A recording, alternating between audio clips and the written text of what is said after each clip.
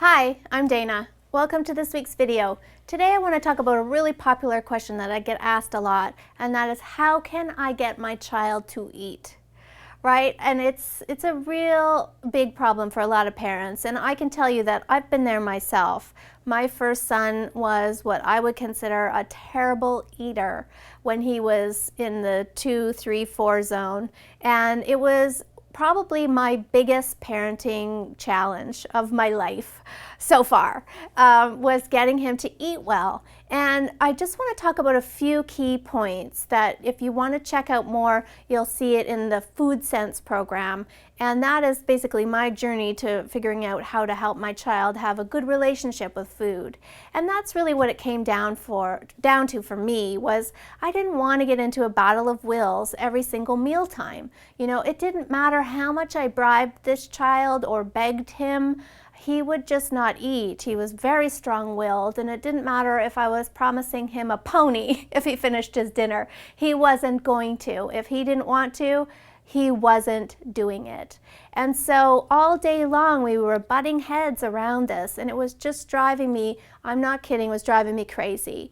And so when I started to research and try to figure out a solution to this problem, I started to realize that I wanted to set him up for a life of a good relationship with food. You just have to look around in this society and see all the people who have a very flawed relationship with food. And we're using food for comfort, and we're overeating, and we're finishing our plates because we were told to, and it's leading to obesity and health problems. And I didn't want that for my son. And so I'm going to give you here 3 things that I want you to focus on if you've got a child who doesn't eat well. Number 1 is, you have a job and your child has a job. Your job is to decide when your child will eat and what your child will eat. Okay, so you need to plan appropriate meal and snack times. And most toddlers need to eat every 2 hours, or their blood sugar levels drop. And what happens often when blood sugar levels drop too much, a child gets cranky and they don't want to eat, right? So keep an eye on the time. Every 2 hours we're having a meal or we're having a snack. Then you decide what this child will be eating. So at every meal and snack, it's up to you. Do not ask a toddler what they want for lunch. That is not an appropriate question because they don't have the skills to really understand what would be a healthy lunch for me to have. So you make that choice. Now, one thing to keep in mind though is to give some options, right? I like three, a rule of 3. If it's snack time, there's some grapes on the table, there might be some bread with peanut butter and maybe a few slices of cheese. That's the choice. And then your child's job is to decide if and how much, right? So he might look at these snack options and turn his nose away and say, no, I don't want any of these things. Okay, then snack time is over and we proceed until the next meal or snack time. Okay, so a lot of people give in, or they become short order cooks and they're making all kinds of different choices for their children. No, that's your job, is to decide when and what. His job is to decide if and how much. Okay, that's going to really cut down on the confusion. Now, he might not eat anything, and that's very hard for us mothers to deal with. We want our children to eat. But you have to get okay with the fact that on occasion he might not eat. That is his business. It is his business. If he doesn't eat, you might say, okay, there's nothing more till lunch.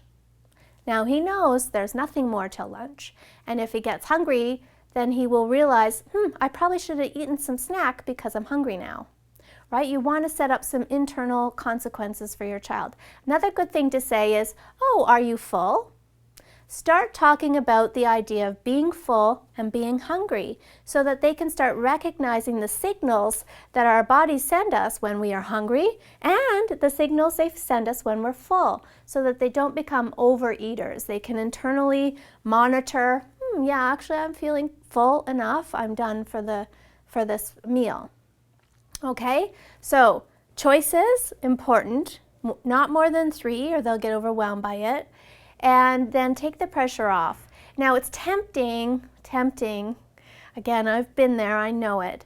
If your child's sitting at snack time and he's only had 3 bites of his toast and wants to get down from his high chair, it is tempting to start to bribe or negotiate, right? Well, eat 3 more bites or eat 5 more bites. But what you're doing there is you're still saying, it's my decision how much food you eat, not yours, right? I decide when you're full. Do you? Does anyone decide when you're full? It's not really a thing that you can do for someone else. So you're gonna have to hold your hand over your mouth or bite your tongue and just let it go. And I promise you, it will come with time. It will not be an overnight change, right?